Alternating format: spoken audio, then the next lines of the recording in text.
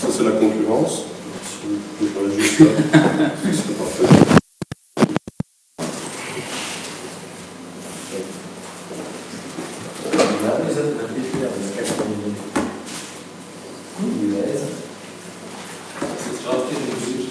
Tu es en retard. Je wil op school. Waarschijnlijk.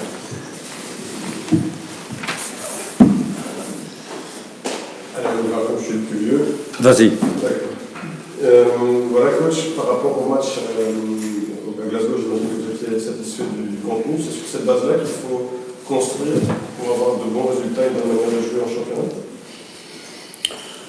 Je crois que c'est sur la base de tous les matchs qu'on a déjà fait qu'on doit construire. C'est pas le match à Celtic. Je crois qu'on a fait déjà des matchs avant. Je crois qu'on a fait des matchs, même en Champions League, une première mi-temps contre le PSG, un match plus complet encore contre le Bayern, qui était peut-être encore meilleur que ce qu'on a fait à Celtic. Donc, je crois que là, c'est le travail déjà depuis 2 mois qu'on essaie d'évoluer dans le championnat aussi. Et pour le moment, les résultats, on ne peut pas se plaindre des résultats parce qu'on fait un très bon parcours.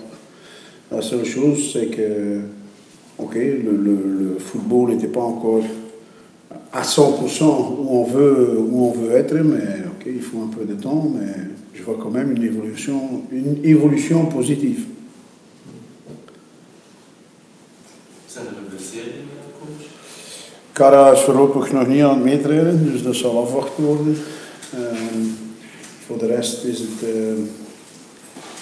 Stancho heeft meegetraind, maar is nog niet helemaal zorgenvrij. Hij heeft toch nog een klein beetje last. Najar is meegetraind, is al maandag dus zoals voorzien een helft spelen met de belofte.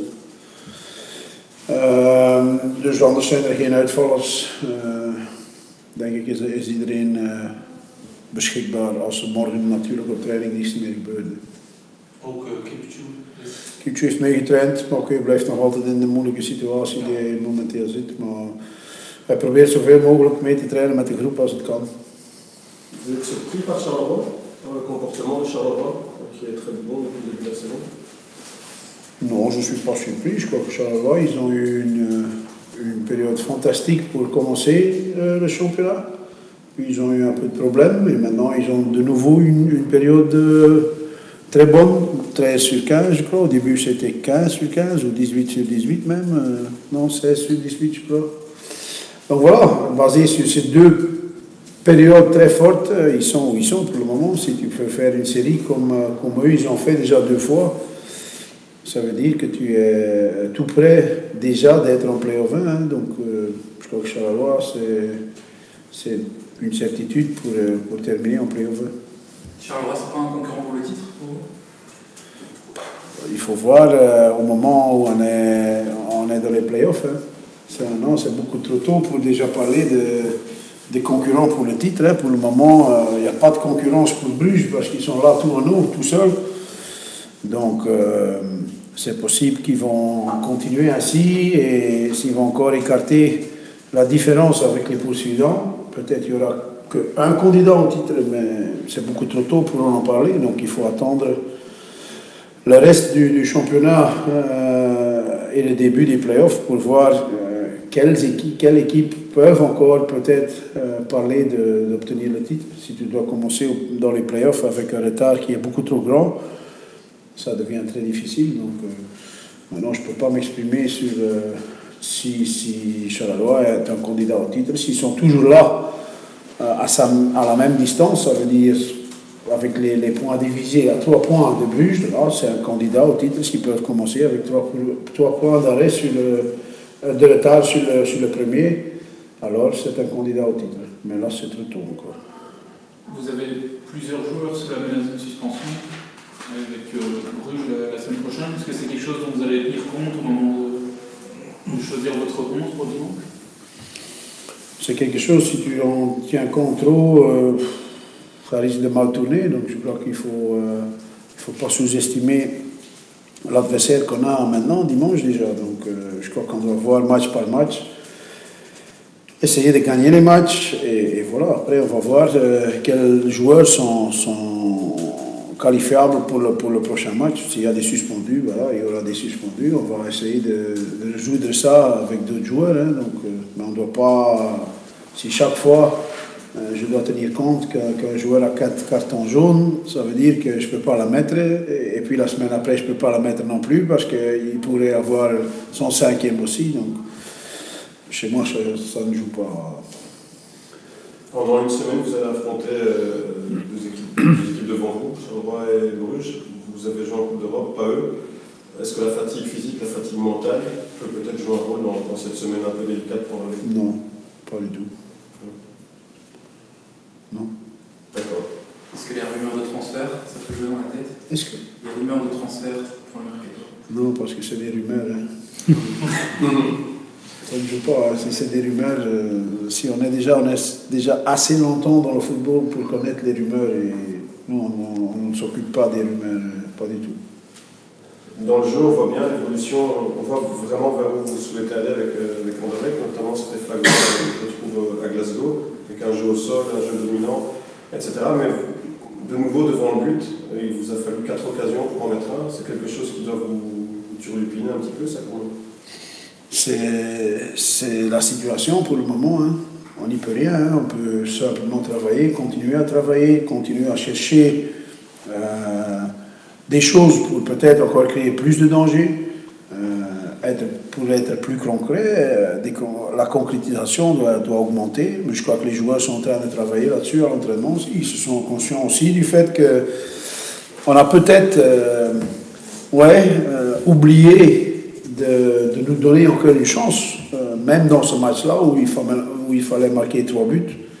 Je crois que mes joueurs ils sont conscients aussi qu'en première mi-temps, on aurait pu faire mieux avec certaines situations, même créer plus de situations, et peut-être marquer 1 ou 2 fois en première mi-temps, ce qui nous aurait peut-être permis de continuer. Mais voilà, c'est un point de travail, pas seulement pour mes attaquants, mais pour tous mes joueurs. Simplement, on va parler des phases arrêtées, par exemple. Si tu vois ce qu'on sort, c'est loin d'être suffisant. Donc là aussi, on a énormément de travail pour créer plus de danger sur les phases arrêtées.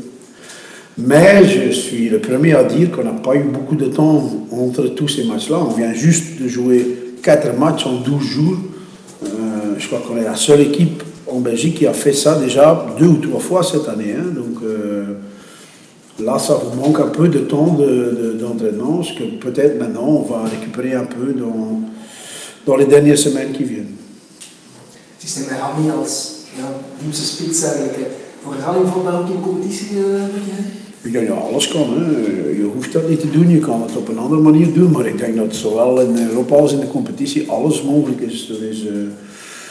Kijk, de bedoeling was om heel veel te gaan switchen voorin. Hè. En om met Henry ook heel vaak centraal te spelen. Maar zonder dat je het hem oplegt, trekt hij gewoon automatisch naar die linkerzijlijn. Hè. Dus als ik zeg dat hij niet de feeling heeft om daar te spelen, ja, dan wordt het eigenlijk gewoon bevestigd door zijn eigen houding uiteindelijk, waar hij automatisch terug naar die zijlijn gaat lopen. Terwijl ik hem eigenlijk veel liever centraal had gezien. En daardoor is Sofian eigenlijk in een veel centralere positie blijven spelen, wat eigenlijk niet de bedoeling was. Ja, hij mocht daar komen, maar er moest veel meer onderling gewisseld worden. En ja, doordat Henry heel snel zijn oude positie is gaan opzoeken, ja, was er niet te veel wissel meer nodig uiteindelijk voor die anderen en bleven ze eerder in die centrale zone. En Van Olvink heeft gezegd dat hij januari een nieuwe spits zal zoeken.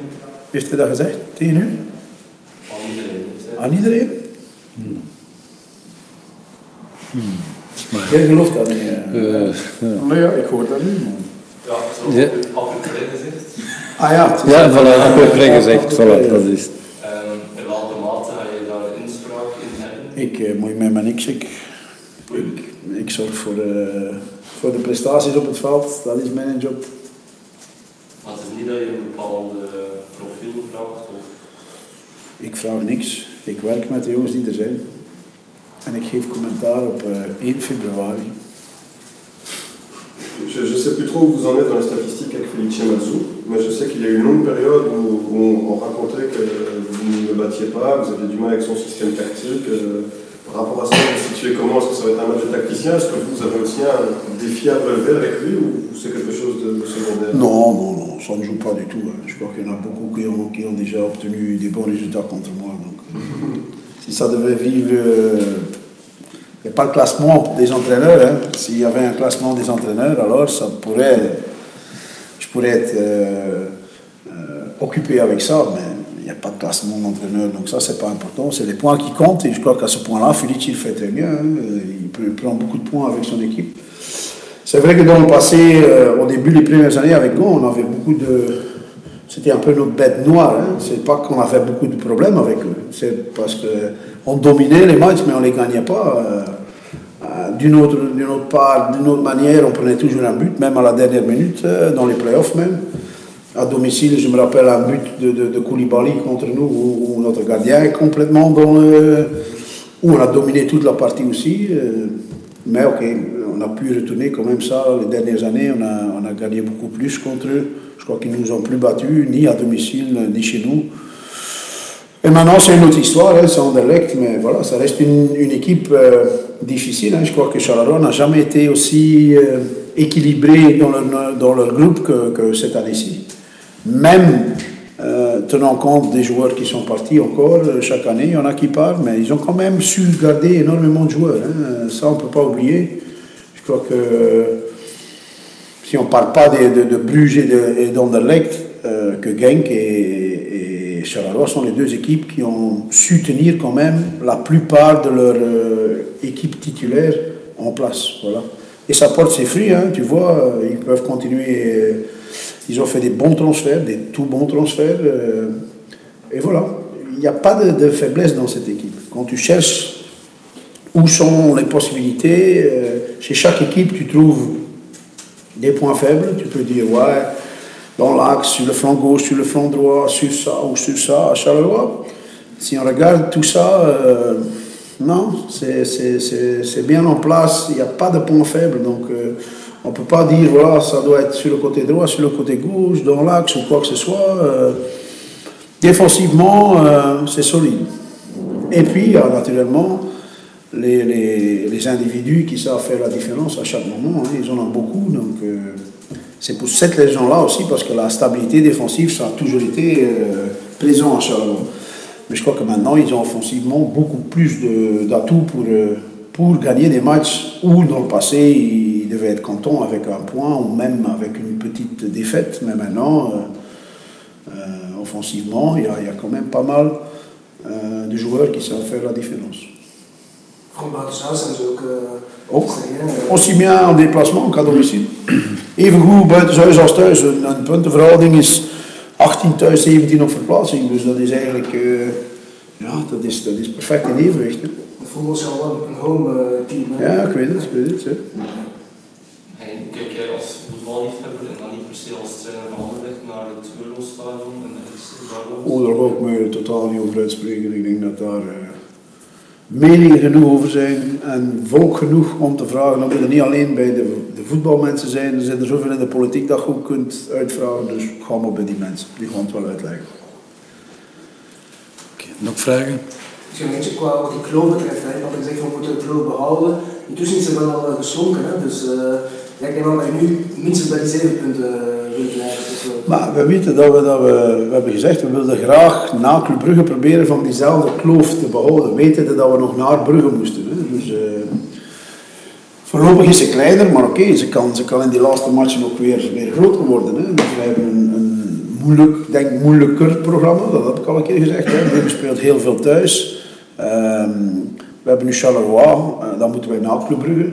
En dan hebben we ook nog Gent op het einde, Eupen daartussen ook. Dus ja, ons programma is niet zo simpel. Het zal een kwestie zijn van heel goed te zijn, denk ik, om die kloof gelimiteerd te houden. Want dat je in Eupen niet bij de rust van, ja, ze halen het niet, ze verliezen.